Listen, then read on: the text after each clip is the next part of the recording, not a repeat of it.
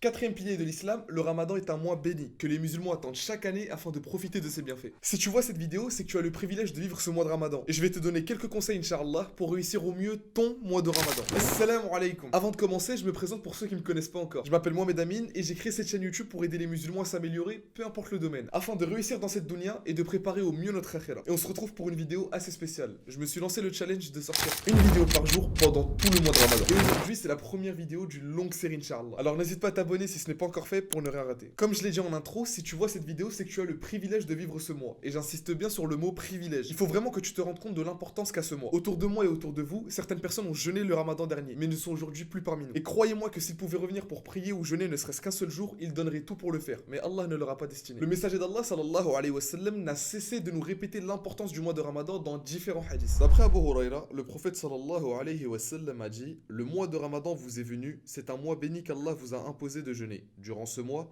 les portes des cieux sont ouvertes, les portes de la guienne sont fermées et les diables sont enchaînés.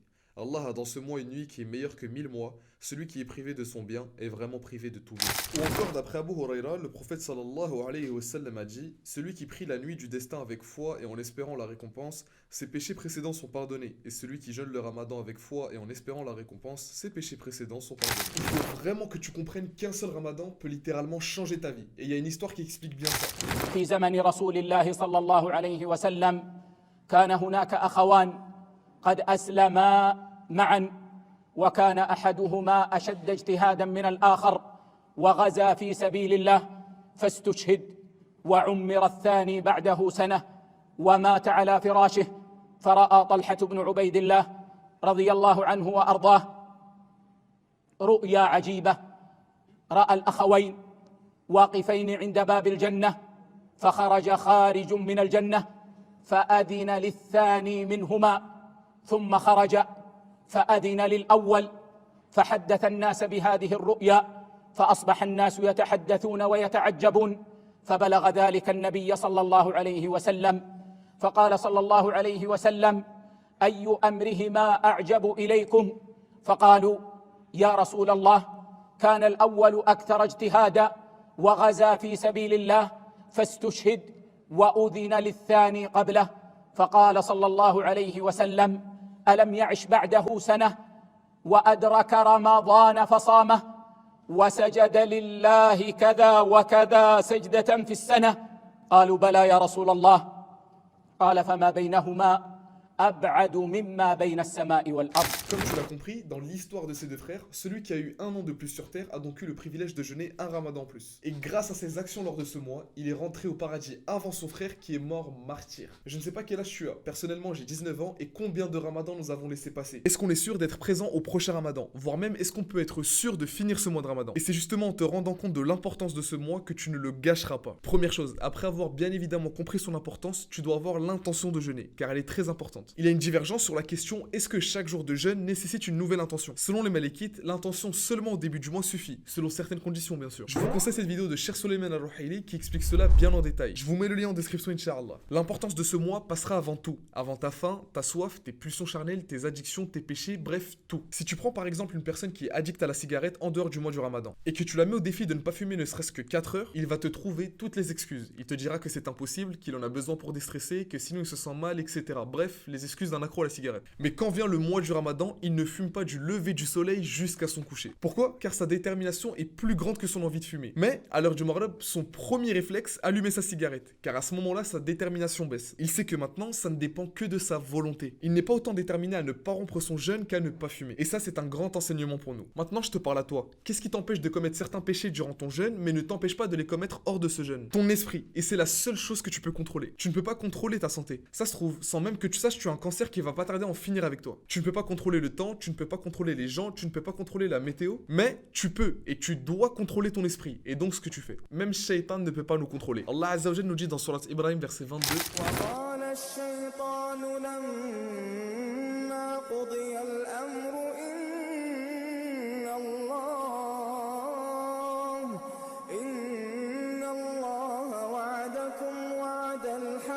وعدتكم فأخلفتكم وما كان لي عليكم من سلطان إلا أن دعوتكم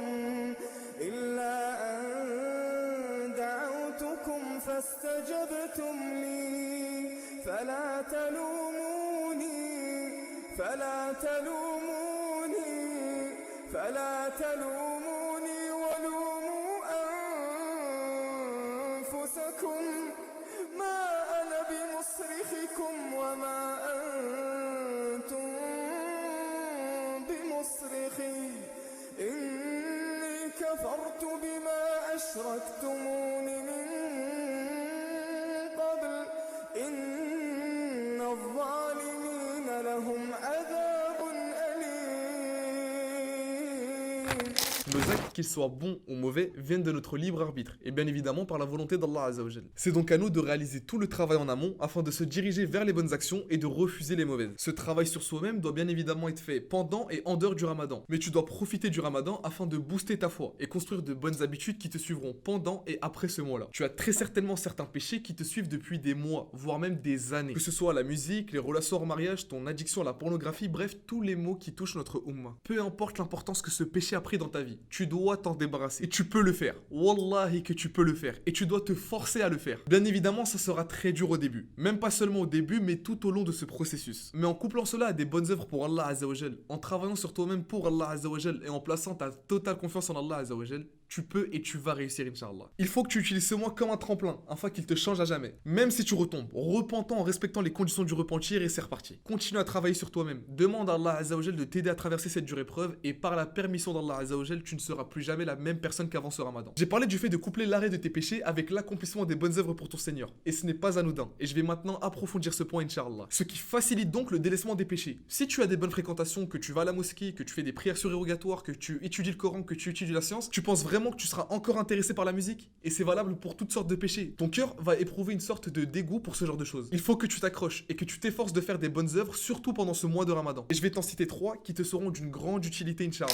Numéro 1, la lecture du Coran. Quel meilleur moyen de profiter du mois du Coran qu'en le lisant et en le méditant? Bien évidemment, chacun son rythme. Si t'as pas le niveau de le lire en entier, lis au moins une page par jour au lieu de te lancer des défis fous et ensuite abandonner au 3e jour. Numéro 2, Qiyamul Layl. C'est l'un des actes les plus aimés du Créateur. Prier et demander pardon à Allah durant la nuit. C'est une occasion qui est inestimable pour les musulmans de se repentir, de se laver de leurs péchés et espérer le pardon d'Allah Azzawajal. Et bien évidemment, alourdir la balance de bonnes actions, car le repentir efface les péchés et les remplace par des bonnes actions. Et enfin, numéro 3, le dhikr. Quel meilleur moyen de se rapprocher d'Allah Azzawajal qu'en se rappelant le plus possible de lui? Je pourrais même pas vous citer tous les bénéfices tirés du dhikr, mais je vais essayer de vous en citer quelques-uns, Inch'Allah. Il chasse Satan, le réprime et le brise. Il entraîne l'agrément d'Allah Azzawajal. Il dissipe les soucis et les angoisses du cœur. Il procure au cœur la joie et l'allégresse. Il illumine le visage et le cœur. Il fortifie le cœur et le corps et il attire la subsistance, etc., etc. Et les bénéfices sont innombrables. Bref, n'oubliez pas le dhikr. En bref, c'est le début du ramadan. Profitez-en pour vous réformer et ne perdez pas votre temps sur des futilités. Vous pourrez jouer un autre jour, regarder YouTube un autre jour, mais ne gâchez pas votre mois de ramadan. Barakallahu fik.